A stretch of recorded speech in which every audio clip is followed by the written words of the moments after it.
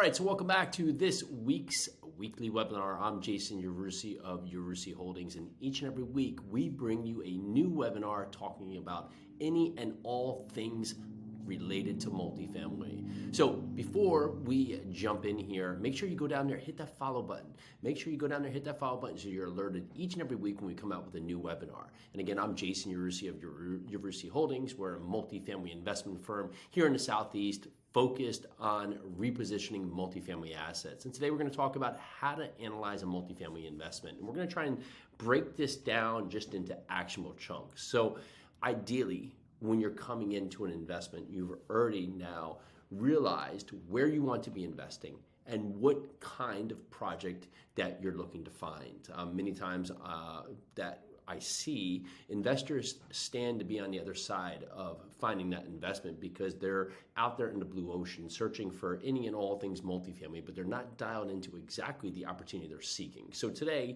for the sake of this conversation, that we're going to assume that you've dialed in on the market that you will be investing in, and within that market, you're dialed into the type of investments that you're looking for. So once that has been done and you've brought yourself two opportunities, whether it be through your direct marketing or through some of your connections out there within the market, and or through a broker opportunity or through a listed opportunity, there's going to be a number of things that you want to look at. So when you do find that opportunity, number one is going to be getting the actual financials on the property. So this might come down, there may be an offering memorandum that's put together by a brokerage team that gives you the overall scope of the project, what's happened on the property for the last few years, some of the context of why the seller is selling, description of the property, the current financials, what kind of construction has been done. Well, the important piece is getting the actual financials. It's going to be the rent roll and the trailing 12 or a profit and loss. And what this is going to allow is going to give you a starting point, a jump off point to see where the property is and the performance or the rear looking performance of the property coming to today. So when you take over the property, you'll have an idea of where you're going to start. So you're going to take that. That's going to be part of your analysis. Using that, you are going to form projections. This is going to be projections of where you see future rent growth or where you see the ability to increase rents through your improvements that you desire, and also where you see the trending expenses. So all these pieces of the puzzle are what you are going to need. So you're going to need the actuals, and then you're also going to have where you project future rents and expenses and some of those assumptions on growth for future years past that. Included in that is that you're going to have to dial in on some of the non-controllable and controllable expenses. So example of non-controllable expenses will be your taxes, your insurance, your utilities, and controllable expenses will be everything from admin to marketing to contracts. So as you dial this in, you will be able to start formulating where you are, right, your actuals, with an understanding of where you can look to go with your projections and your assumptions. Next piece is the construction. What is going to be the rehab or the construction budget or the construction items and the cost associated with that to be able to reach these future growth assumptions and projections. So that's going to be another piece of the puzzle. So far we're going to have to be able to get the actuals. We're going to have to be able to make our assumptions for growth and also our projected expenses and rent and expense projections. The next piece is a construction budget.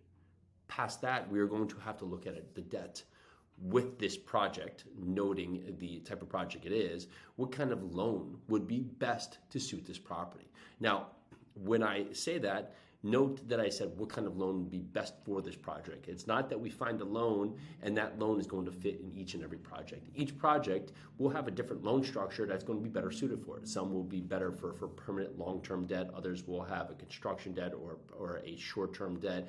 Others may have a mix, right? You could have credit unions, banks, bridge lenders, Fannie or Freddie. There's a number of different options you can use from a lending environment, but understanding your project, you can look at loans to say, okay, what's going to be best to make this project a success?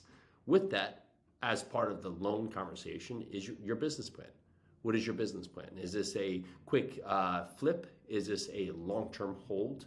Will you be holding this for 1 to 2 years, 3 to 5 years for the foreseeable future, right? This will all be part of your business plan so you can understand what kind of loan model will fit this. So again, we have find the actual financials, determine projections and assumptions for the project, what kind of construction will be needed and the costs associated with this, what will be the debt piece that will be part of the project, how can we look at what type of loan will be best suited for the project, what will be our overall business plan, and then lastly, with all that said, what are the desired returns that we will be seeking to meet based on the type of project that we have in front of us. So if it is a repositioning play, what kind of returns will we be seeking, and also will our investors be seeking for this type of project?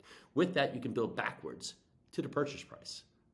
So if you assume today that you have the actuals, you have your projections, you have your assumptions, you have the type of loan that you're going to put on there, your business plan, and the type of returns, well, if the project fits in that box, you meet the returns, great. If that purchase price you were given today does that, well, then you might have a path forward with that offer. If not, then you're going to have to look at how can you find a better suited purchase price or terms that are going to help you with this offer made to the seller, if in fact there can be one made.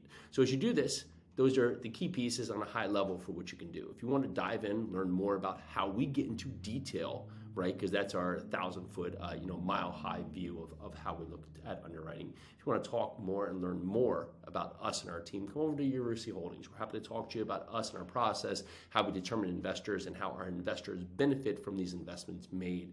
Go down there, hit that follow button, go to yarusiholdings.com.